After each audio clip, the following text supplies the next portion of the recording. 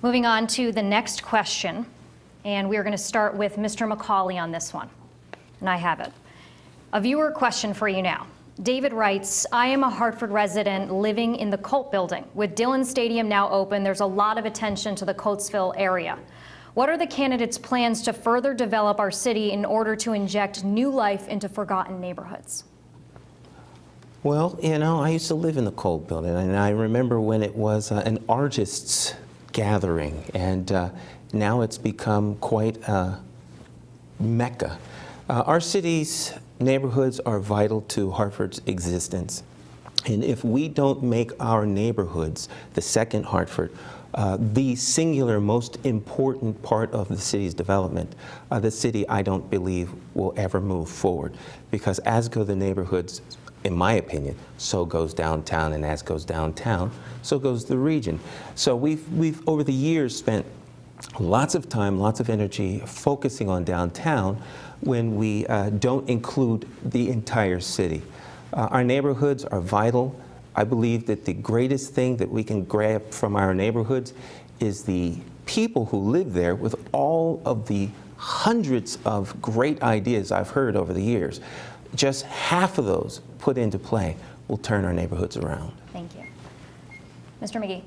You know, I'm so excited about the Coatesville neighborhood, Dillon Stadium, et cetera. I think it's a great opportunity to attract millennials to the city of Hartford, but not limited to millennials, but also those individuals who are saying, look, I don't want a house in a big yard. I really want to come into a walkable neighborhood and be a part of the fabric in the city of Hartford.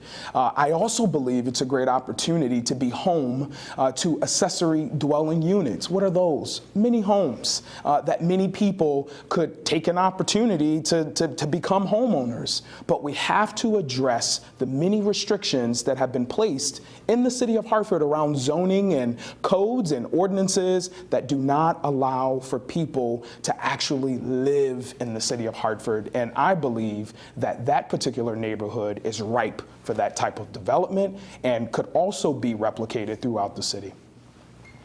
Mr. Perez. This Colt building sits in the Siscon neighborhood, a neighborhood that has had its own vision for its development. And it has included low-income housing, affordable housing, home ownership. Under my administration, you see the Sports Science Academy located down there. We did Dutch Point over, and we've done Martin Luther King over, along with Twin Acres, all impacting that neighborhood. We've worked closely with the Siscon folks in order to, A, develop the plan, but more importantly, the plan has come together little by little. Mr. Bronin says it took a lot of times, and I didn't do this, I didn't do that. The answer is he wasn't here to see what I did. Mr. Bronin. Representative McGee, we should talk about accessory dwelling units, because we actually have made some changes that make it easier to have legal ADUs.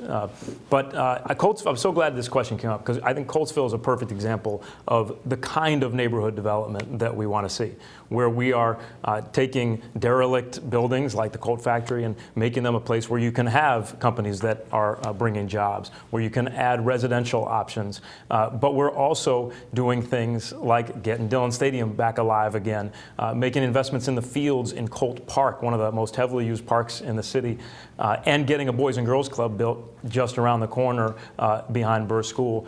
Similarly, you look up in the Blue Hills neighborhood, where you've got Weaver High School that just opened up, Martin Luther King under construction, but also the residential development at Bowles and Westbrook, the Albany Avenue streetscape, and the Swift factory, which create a better environment for bringing jobs. It's about doing all of those things together in a comprehensive economic development strategy focused on housing, jobs, recreation, all together in the same neighborhood. Mr. McCauley, would you like your rebuttal?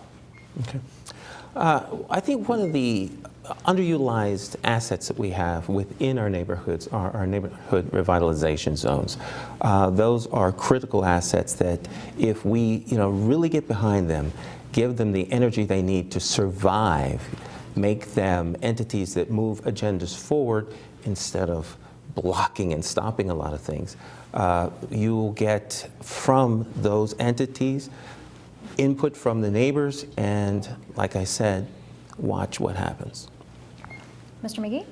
You know, Mr. Bronin talks a lot about revitalizing our neighborhoods. I can recall a project right on North Main Street called Reimagine, Reassert, and North Main Street, only to still be on the books with monies still available to provide opportunities to small businesses, residents, and young people in our neighborhoods. So you need a mayor who's actually going to follow through on everything that he says he's going to do, especially when there's monies readily available for many of these projects to happen. Mr. Perez, would you like your rebuttal? Oh, like everything else, work is hard. I've proven myself as a person who works hard, has an agenda, and follows through on that agenda. My agenda has always been the people of Hartford, the neighborhoods of Hartford, every component. Education has always been important for me, and it will be the most important thing I work on when I become mayor of Hartford. Mr. Bronin? You know, one of the key ways that you tie education and neighborhood development together is by strengthening neighborhood schools, and that's why that's been at the heart of our school initiative, is to focus back on neighborhood schools. But I'll just use the time to use one more example of a comprehensive approach to neighborhood development in Parkville, where once again you've got commercial, residential, recreational, all happening in the same neighborhood to lift it up. That's what we have to do in neighborhood after neighborhood throughout our city, and it's what we're doing and continuing to work towards every day. Okay, we're going to